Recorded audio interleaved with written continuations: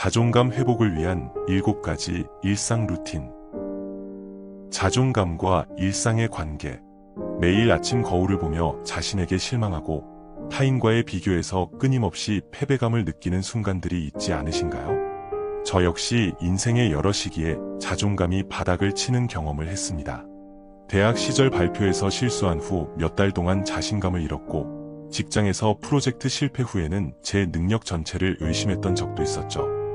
자존감은 단순한 감정이 아닌 우리 삶 전반에 영향을 미치는 핵심 요소입니다. 낮은 자존감은 인간관계, 직업적 성취, 심지어 신체 건강에까지 부정적인 영향을 미칠 수 있습니다. 하지만 다행히도 자존감은 고정된 것이 아니라 우리의 노력으로 회복하고 강화할 수 있습니다. 오늘은 일상에 쉽게 통합할 수 있는 7가지 루틴을 소개해 드리려고 합니다. 이 방법들은 심리학적 연구를 바탕으로 하며 꾸준히 실천한다면 점진적으로 자신에 대한 인식을 개선하고 건강한 자존감을 회복하는 데 도움이 될 것입니다.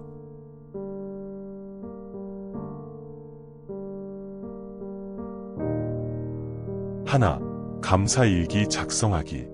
매일 아침이나 취침 전 5분만 투자하여 감사한 일들을 기록하는 습관은 자존감 회복에 놀라운 효과가 있습니다. 작은 것부터 시작해보세요.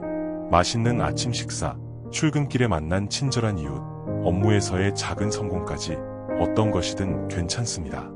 캘리포니아 대학의 연구에 따르면 감사일기를 3주 이상 지속한 참가자들은 전반적인 행복감 증가와 함께 자기 가치에 대한 인식이 크게 향상되었다고 합니다.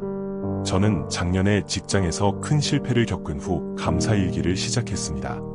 처음에는 감사할 것이 별로 없다고 느꼈지만 점차 제 주변의 작은 축복들과 제가 가진 능력들을 인식하게 되었어요. 약 한 달 후 스스로에 대한 시각이 눈에 띄게 변화하기 시작했습니다. 2. 긍정적 자기 대화 연습하기. 우리는 하루에 약 6,000개의 생각을 하고 그중 대부분은 무의식적으로 자신에 대한 평가와 관련됩니다. 놀랍게도 이런 내적 대화의 70% 이상이 부정적인 경우가 많습니다. 예를 들어 난 이 프로젝트를 망칠 거야 라는 생각이 떠오르면 잠시 멈추고 다시 생각해보세요. 이 도전은 어렵지만 내가 가진 능력으로 최선을 다해보자로 바꿔보세요. 심리학자 마틴 셀리그만의 연구에 따르면 이런 인지적 재구성 훈련은 자기 효능감과 자존감 향상에 직접적인 영향을 미친다고 합니다. 셋, 5분 명상 실천하기. 명상은 종종 시간이 많이 필요한 활동으로 오해받지만 단 5분의 명상도 자기인식과 자존감 향상에 큰 도움이 됩니다.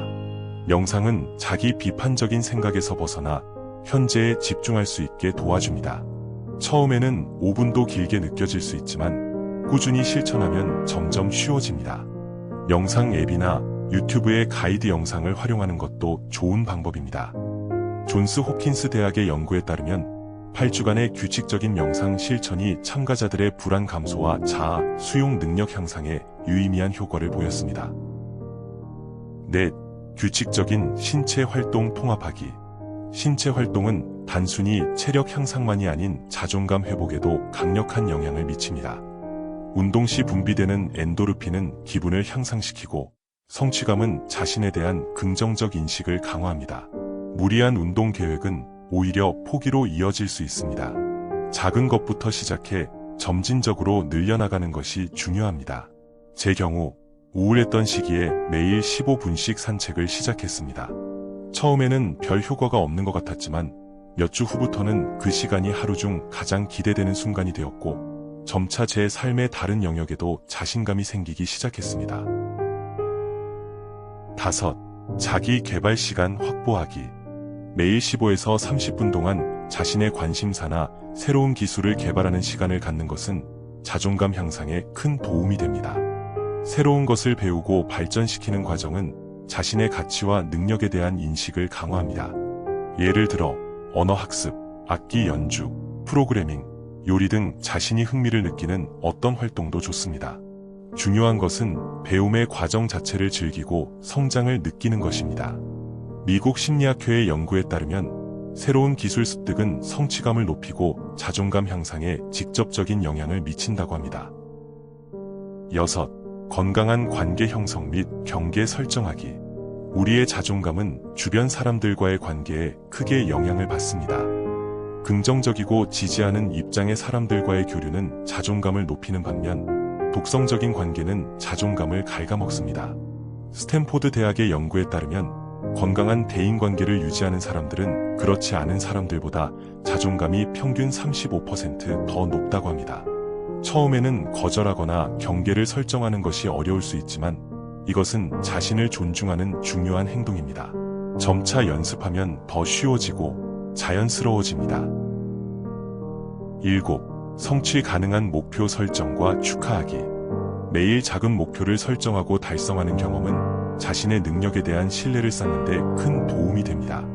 중요한 것은 처음부터 너무 높은 목표를 세우지 않는 것입니다.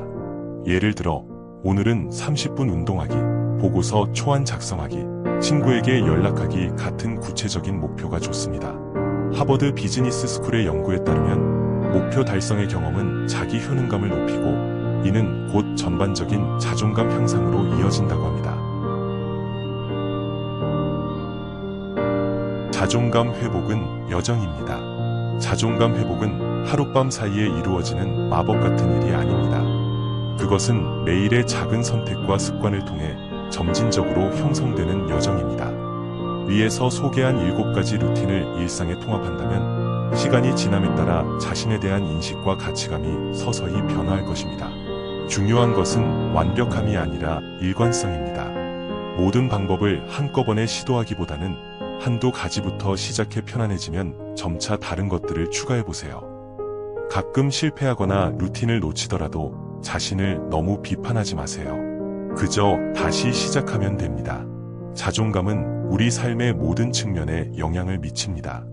건강한 자존감을 가진 사람은 더 만족스러운 관계를 형성하고 직업적 도전에 더 잘 대처하며 전반적인 심리적 웰빙을 경험합니다. 오늘부터 자신을 더 사랑하고 존중하는 여정을 시작해보는 건 어떨까요? 여러분의 자존감 회복 여정에 이 글이 작은 도움이 되길 바랍니다. 기억하세요. 당신은 이미 충분히 가치 있는 사람입니다. 다만 그것을 스스로 인식하고 받아들이는 연습이 필요할 뿐입니다.